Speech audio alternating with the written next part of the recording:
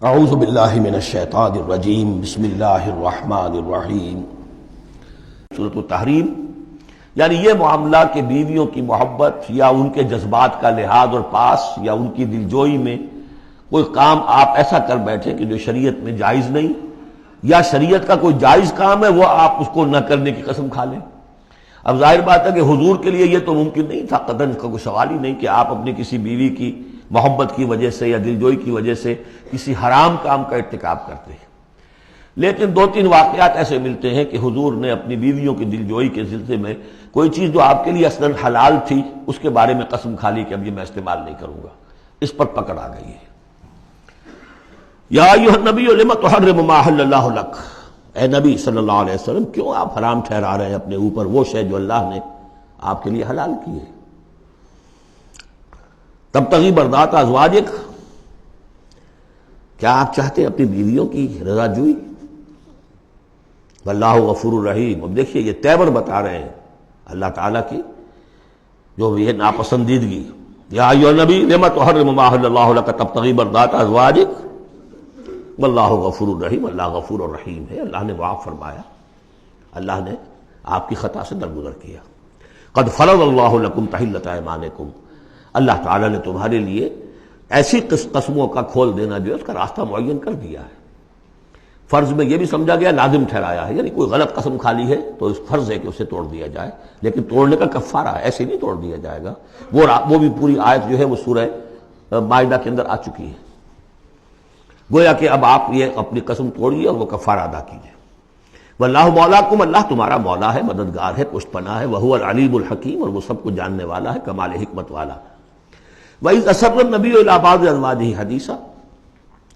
اور جب نبی نے صلی اللہ علیہ وسلم اپنی بعض ازواج، اپنی کسی زوجہ محترمہ کو کوئی بات بتائی، اسرہ اسرار سے، خفیہ طور پر،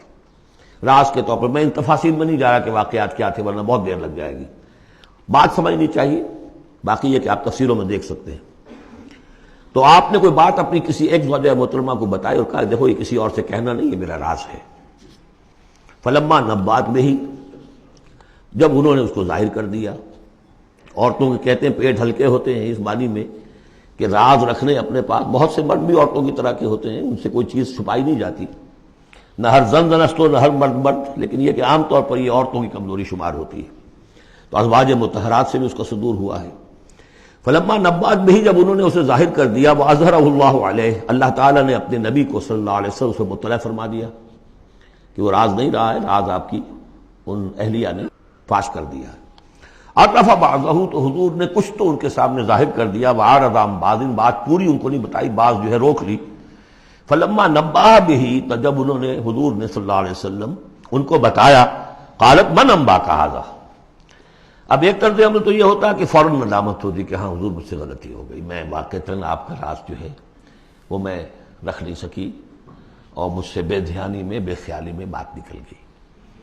ایک دوسرا یہ ہے من انباک، آپ کو کس نے بتایا؟ یہ انداز جو ہے، دیکھیے عام بیوی عام شوہر کے درمیان اس میں کوئی حرج نہیں، لیکن جیسا کہ سورہ حجرات میں ہم پڑھا ہے، اعلموا، جان لو اچھی طرح، ان فیکم رسول اللہ، اے عائشہ، اے حفصہ، یہ تمہارے شوہر ہی شوہر نہیں ہے، یہ اللہ کے رسول ہیں۔ طرز عمل تمہارا جو ہے ان کے ساتھ بہت محتاط ہونا چاہیے، بہت محتاط ہونا چاہیے۔ من انباک، آپ کو اس نے بتایا؟ قال نبانی العلیم الخبیر، جواب میں بھی غصہ ہے حضور کا، مجھے اس نے بتایا کہ جو العلیم ہے اور خبیر ہے، جو سب کچھ جاننے والا ہے اور ہر چیز سے باخبر ہے۔ اب یہ اللہ تعالیٰ کی طرف سے آ رہا ہے،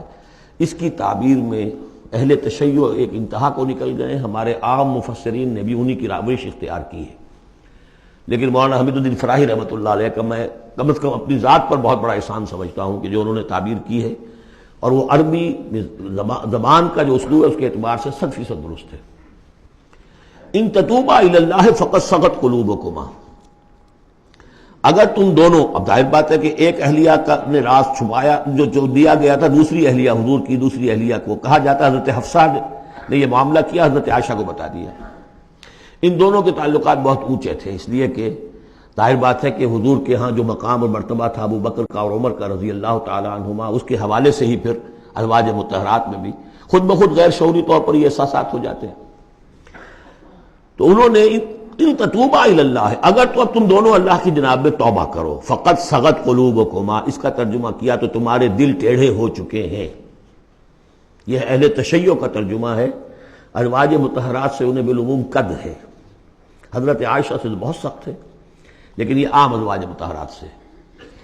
اس کا ترجمہ صحیح یہ ہے کہ اگر تم اللہ کی جناب میں توبہ کرو تو تمہارے لیے یہی مناسب ہے، اور تمہارے دل تو مائل ہو چکے ہیں، لیکن ایک ہوتا ہے ناز والے نیاز کیا جانے۔ اب یہ ماننا جو ہے یہ ذرا کڑا گزر رہا ہے کہ حضور مجھ سے غلطی ہوئی، آپ مجھے معاف کر دیجیے، اور وہ بھی اس لیے کہ معاملہ ہے شوہر اور بیوی کا۔ جیسے ہم کہتے ہیں کہ میاں تمہارے دل میں تو بات اب آ چکی ہے، بس تم مان نہیں رہے ہو، دل میں تو تم نے بات سمجھ لی ہے، تم اگر ایسا کرو تو یقیناً تمہارے لائق ہے، یہ انداز ہے یہ، اور یہ بہت سی مثالیں دے کر انہوں نے واضح کیا، اب میں اسے بہت بڑا احسان مانتا ہوں۔ ان تتوبا الی اللہ فقد صغت قلوبکما، اللہ کی جناب میں اگر توبہ، اچھا صغن کا ایسا لفظ ہے یہ عربی زبان کا جو میں نے پہلے بھی آپ کو بتایا تھا، مالا الی مالا عن، میلان سے، مالا کے بعد الہ ہوگا کسی شے کی طرف میلان، توجہ اس کا ہونا، دل کا ادھر رجحان ہونا، اور مالا عن کسی چیز سے نفرت ہو جانا، لفظ ایک ہی ہے، مال، میلان، الہ اور عن، رغب الہ رغب عن، راغب ہوا اس شے کی طرف اور راغب ہوا اس چیز سے، متنفر ہو گیا اس چیز سے، لفظ ایک ہی ہے، رغبت۔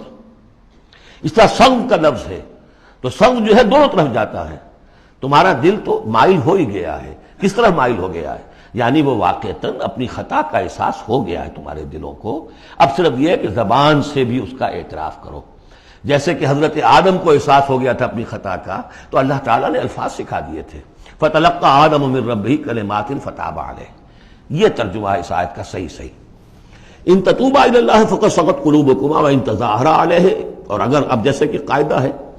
عام طور پر حضور کی بھی کوئی ہلکا سا سہو اگر ہو جاتا تھا تو کس قدر انداز جو ہے سخت ہو جائے قرآن مجید کے اندر، اس لیے کہ بڑے لوگوں کے معاملے بڑے ہیں، الرب رب من تنزل والعبد عبد من ترقى، اسی طرح جو بھی اونچے لوگ ہیں ازواج مطہرات ہیں تو ان کا بھی جو بھی اظہار ناپسندیدگی ہو رہا ہے اللہ کی طرف سے، اس میں الفاظ بڑے سخت ہیں۔ اگر تم دونوں نے کوئی گٹھ جوڑ کر لیا، ان تظاہرا علیہ، محمد کے خلاف صلی اللہ علیہ وسلم، کوئی متحدہ بھار بنا لیا، تو سن لو فإن اللہ ہوا مولاہ وجبریل وصالح المؤمنین والملائکۃ بعد ذلک ظہیر، کہ اللہ ان کا ولی ہے، دوست ہے، پشت بنا ہے، مددگار ہے، پھر جبرائیل ہے، پھر تمام صالح اہل ایمان ہے، پھر یہ کہ تمام فرشتے بھی اس کے بعد ان کے پشت بنا ہے۔ تو ان کے ساتھ معاملہ جو ہے وہ ان کے مقام کی مناسبت سے کرو، چاہے وہ تمہارے شوہر ہیں اور تم ان کی بیوی ہو، لیکن معاملہ کرو اس میں تمہارے امتی ہونے کا پہلو جو ہے وہ کہیں نگاہ سے اوجھل نہ ہو، وہ اللہ کے رسول ہیں، تم امتی ہو۔ عسیٰ ربہ، ابھی اور سختی آ رہی ہے، امید ہے کہ ان کا رب ان طلقکن، اگر تم سب کو طلاق دے دے، ان یبدلہ ازواجا خیرا منکن، کہ بدل دے تم سے کہیں بہتر بیویاں ان کو عطا کر دے، مسلمات مومنات قانتات تائبات عابدات سائحات سیبات وابکارا، یہ سارے اوصاف ان میں واو ہے ہی نہیں، بیک وقت یہ سارے اوصاف ہوں، مسلم بھی ہوں، مومن بھی ہوں، فرما بردار بھی ہوں، توبہ کرنے والیاں، عابدات عبادت گزار، سائحات دنیا کی لذات سے کنارہ کش، سیبات بھی ہو سکتی ہیں، حضور کے نکاح میں تو اکثر سیبہ ہی آئی ہیں، سیبہ وہ ہے جن کی پہلے کوئی شادی ہوئی ہو، طلاق ہو گئی ہو، یا یہ کہ بیوہ ہو گئی ہو، اکثر و بیشتر جو آپ کے نکاح ہیں وہ سیبات سے ہیں، وہ ابکارا، اور کنواری بھی، تو ایک غالباً جہاں تک مجھے میرا ذہن ہے صرف ایک حضرت عائشہ صدیقہ ہے رضی اللہ تعالی عنہ کہ جو کنواری حیثیت سے آئی ہیں حضور کے نکاح میں، باقی سب کی سب سیبہ تھیں۔ یہ تو ہو گیا ایک خاص معاملہ عائلی زندگی سے متعلق۔ حاصل کیا ہوا کہ وہ معتدل معاملہ رکھو، حقوق الزوجین اپنی جگہ ہیں، فرائض الزوجین اپنی جگہ ہیں، اللہ کے حقوق اس سے بالا ہیں، ان کو اوپر قائم رکھو، اور اس کے تحت جو ہے جو بھی اللہ نے حقوق معین کر دیے، فرائض معین کر دیے، ان کو ادا کرو۔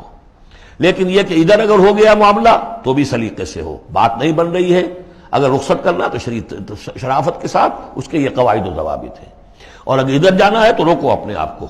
کہ کہیں ان کی محبت، یا ایھا الذین آمنوا ان من ازواجکم واولادکم عدوا لکم فاحذروہم، تو ڈرو، ایسا نہ ہو کہ ان کی محبت جو ہے وہ تمہیں کسی غلط راستے پر لے جائے۔ صدق اللہ العظیم۔